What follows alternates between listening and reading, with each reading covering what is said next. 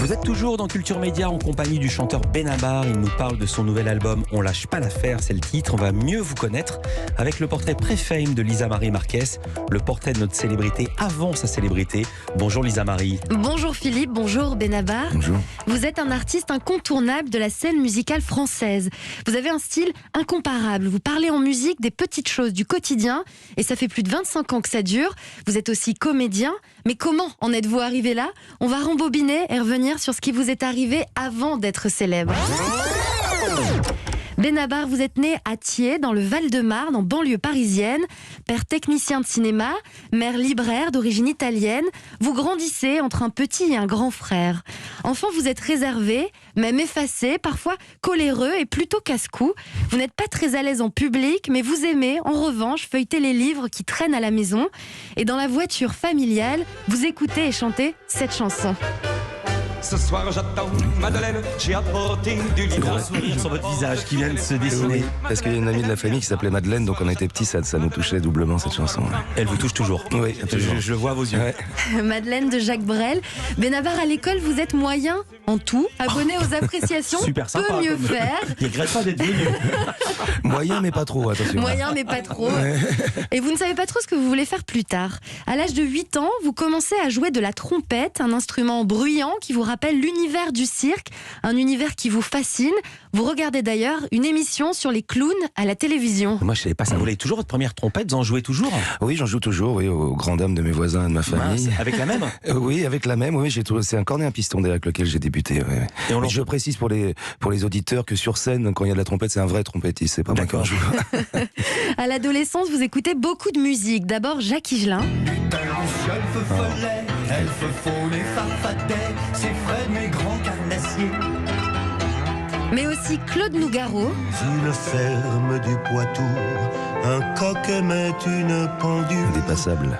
Tous les goûts sont dans la nature, d'ailleurs ce coq avait bon goût.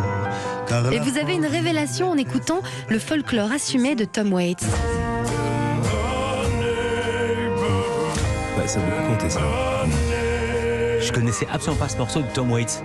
D'habitude, on le voit plutôt comme un type jazzy dans des bars en fumée et pas du tout dans le mode folklore populaire. Oui, il y a toute une partie de sa carrière où il a utilisé beaucoup de cuivre en forme de marche comme ça, lancinante. C'est magnifique. Ouais. Benabar, après le bac, vos parents ont l'idée de vous envoyer aux États-Unis, à Indiana, pour peaufiner votre anglais. Là-bas, vous écrivez votre première pièce de théâtre et vous avez trouvé ce que vous voulez faire. Vous voulez devenir scénariste.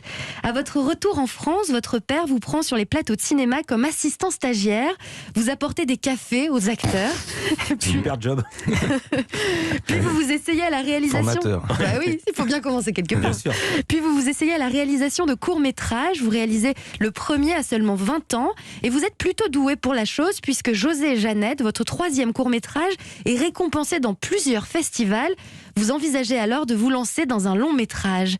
Vous vendez aussi vos talents pour l'écriture à la télévision, notamment à Canal+, pour la série H avec Jamel Debbouze.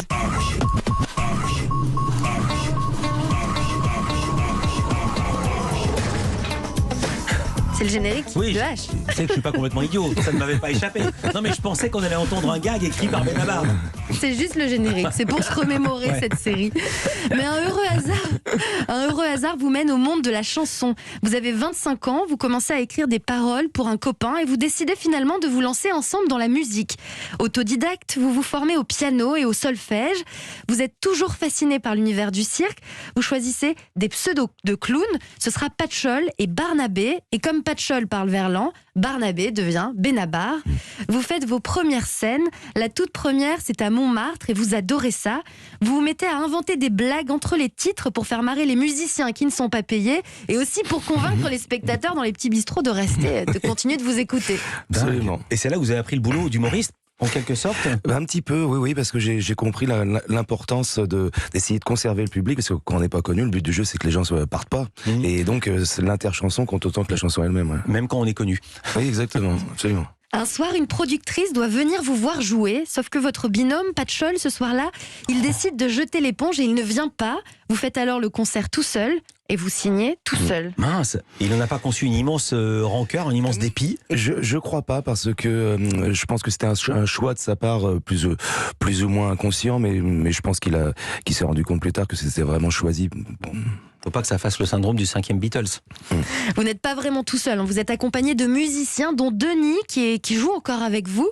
Vous formez alors Benabar et Associés et vous chantez La Petite Monnaie.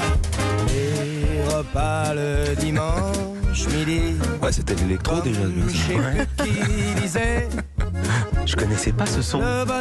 C'est mon premier album, ça s'entend d'ailleurs. Et vous faites votre première télé en tant que chanteur avec Benabar et Associés dans La Chance aux chansons de Pascal Sevran. L'album La Petite Monnaie, comme le titre de la chanson, vous permet de faire presque 300 concerts. 4 ans plus tard, vous sortez votre deuxième album intitulé Benabar tout court. Henri Salvador vous repère et vous invite à le suivre pour être en première partie de ses concerts dans toute la France. L'humour, la tendresse et la poésie de vos textes séduisent le public et la critique. La suite, on la connaît et moi, je m'arrête là. Merci beaucoup. Merci beaucoup, Lisa Marie. Oui. D'avoir été choisi par Henri Salvador, c'est le doigt de Dieu qui se pose sur vous. Oui, ça m'a vraiment, ça a été un vrai coup de pouce. Henri, je lui dois beaucoup. Je me rends compte de plus en plus sur le moment. Pour moi, c'était un peu une formalité, plus ou moins. Enfin, j'avais beaucoup de respect évidemment pour Henri, mais je me rendais pas compte à quel point ça allait modifier ma carrière. Et Lisa Marie a pas raconté une chose qui est peut-être moins intéressante, mais en tout cas qui me frappe, parce que nous, on a travaillé longtemps ensemble avec Bruno. Il s'appelait Bruno à l'époque. Vous écriviez ici dans les locaux où il y avait autrefois Canal+, auprès de Bruno Gassio. Exactement. Vous gardez quel souvenir de ça? Et nos bureaux étaient voisins d'ailleurs. Ouais. Bah, un souvenir. Je dois dire un mot sur vous, complètement dingue. J'avais jamais vu un type comme ça. Il parlait pas beaucoup. Il ne faisait que travailler. Il avait un cahier. Vous grattiez frénétiquement des gags. Et il s'était assis. Il avait mis son bureau face à un mur pour n'avoir pas d'autre vue que sa feuille et ses textes. Vous vous souvenez de ça? Et ça me frappait totalement. Ouais, ça a été vraiment une formation qui me sert encore aujourd'hui, d'écrire sans se regarder écrire, juste écrire pour avancer, et surtout pour pouvoir jeter à la poubelle. Ce qui est important dans l'écriture, il y a tout ce qu'on garde, mais il y a surtout tout ce qu'on jette à la poubelle, et savoir déterminer ce dont il faut se séparer le plus vite possible. Ça me sert encore aujourd'hui quand je fais des chansons. Ouais. Je continue à beaucoup virer de textes. Ouais. Ouais. Merci beaucoup, Lisa Marie Marquez. On vous vire pas, on vous retrouve demain. J'espère. Benabar, vous restez avec